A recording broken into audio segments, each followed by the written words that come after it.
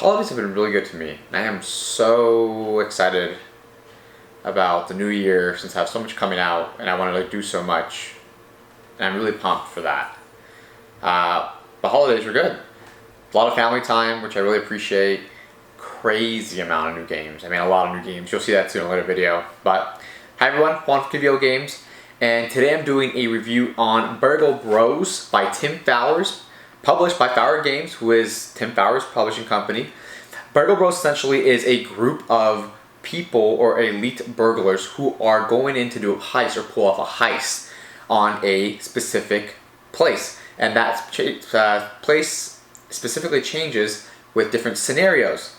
So you have your group of burglars who are all have different abilities. They all have their own miniature if you purchase the extra miniatures, which I did because I think they actually do a lot better than, look a lot better and feel a lot better than these basic components essentially.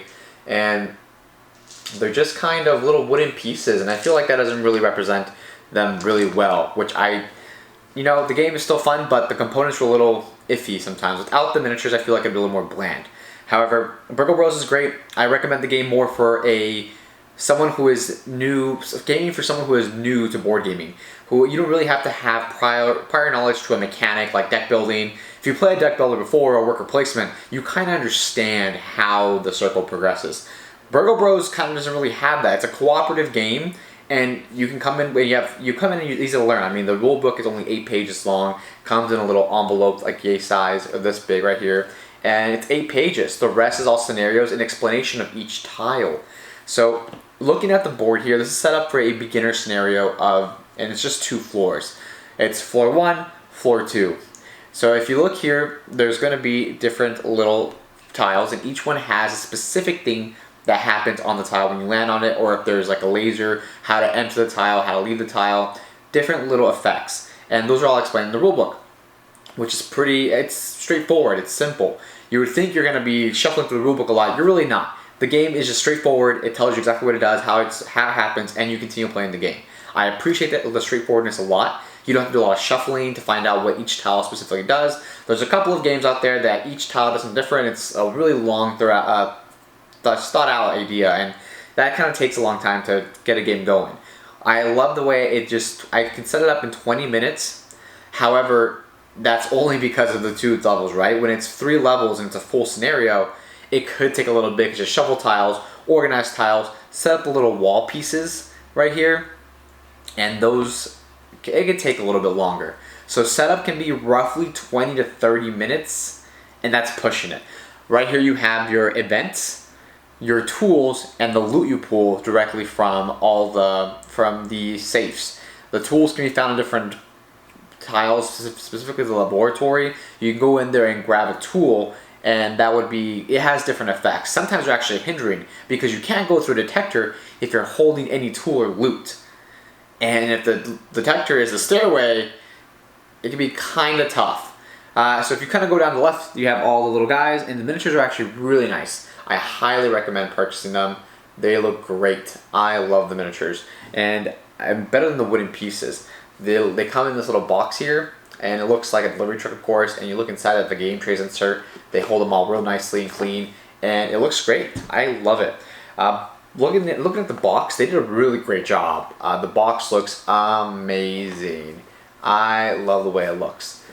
It looks like a little building, a little helipad on top when you get to the 3rd floor. Very thematic, it really pulls you in. There's a lot of table presence. You're always looking to see what's going on in the game itself, and I appreciate that a lot. So if you look inside as well, the security guards are actually moved by these little cards. It's a cool little feature. The dice here tells you how many how many steps they can take towards their goal, and it increases the more loot you find. The cards here, essentially, they show you if the dice is going to be on B3, so let's put this on B3, and if the security guard is there, he'll take 2 steps. Here it's going to be for A1, so that would be up top, and you take 3 steps, 1, 2, 3. When he arrives to his location, you pull a new one.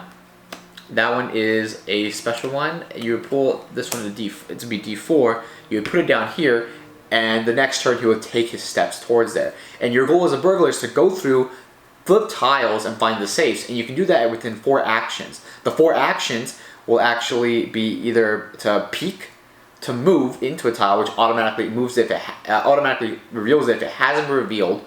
And the peeking one, just kind of, you can look at it, reveal it, but you don't step into it. So just in case it's a trap or an alarm, it doesn't go off. The third action would be setting dice into a safe. It's 2 actions per 1 die.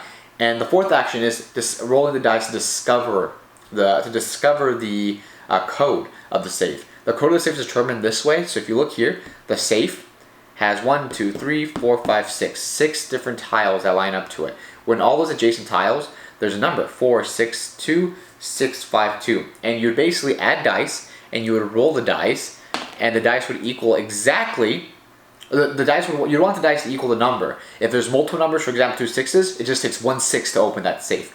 2 2s, 1 2 of course, and that kind of makes it easier. Just basically just a little bit of a luck.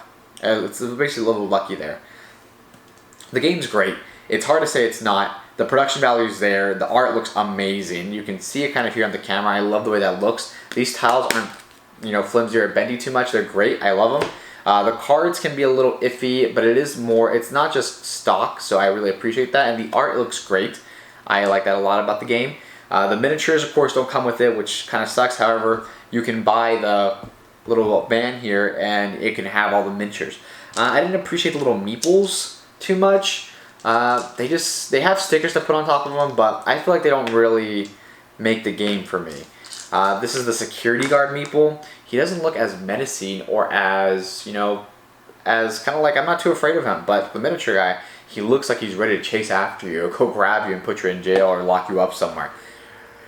The game plays in about 2 hours, and the more players that play, the harder it gets, which I appreciate that a lot. I don't mind a hard game. However, the game can sometimes lack a little bit of variability. There is scenarios and such and different things to do, but it's just really difficult to believe that those scenarios will last for a long time. The game is great, however, for intro level players, which I love introducing new games to new people. So introducing this game, keeping this game around for newer players or people who want to, I never played a modern board game or a board game. Okay, cool. Well, let's play something cooperative, fun, and adds a little bit of drama to it when you're trying to get through and strategically work with your friends and your teammates to get through the building, find your safe, get to the 3rd floor, take the helicopter out, win the game. The way you lose, however, is if the security guard spots you 3 times, or spots you enough times to the point you don't have no more stealth tokens, which are little blue tokens. If you don't have no more of those, you've been captured, he rats everyone, the one person who got captured rats everyone else out, the game's over, you lose the game. Pretty straightforward and simple. Different scenarios have different end actions and winning conditions as well. For a basic scenario, you're just trying to get to the safe, unlock it, grab the loot, get out. And the loot can actually be a lot of fun. One of the loot items we got was actually the Persian kitty. And the Persian kitty, at the beginning of every turn of the person holding it, they have to roll the dice, and if it's a 1 or a 2, the kitty runs away towards an alarm or a room with an alarm. And that adds a little bit of difficulty to the game as well.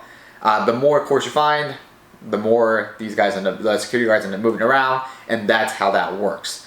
Burgle Bros is great.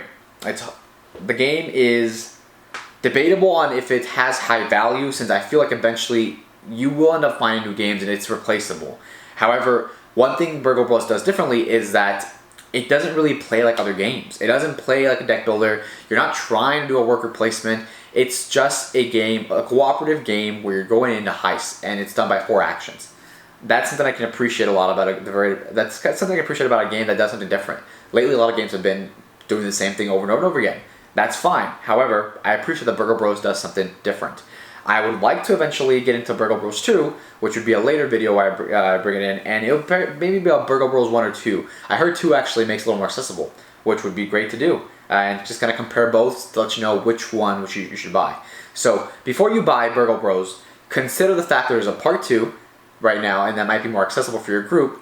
And consider the fact that this game is running about $35 to $40 right now, which can be a little pricey for a game that might or might not have the variability you're looking for. Why not bring out a simpler game, right? Like maybe a game like Crew, right? The game's pretty fast, quick. It's for newer players, can play a trick-taking game. It just depends and varies. I like Burgle Bros a lot. The value is there for me, at least, But that's something you decide yourself by maybe hearing to my notes in my review about this. I can't wait to see maybe what the next Burgle Bros brings in, and we're going to kind of make a big compare and contrast between them.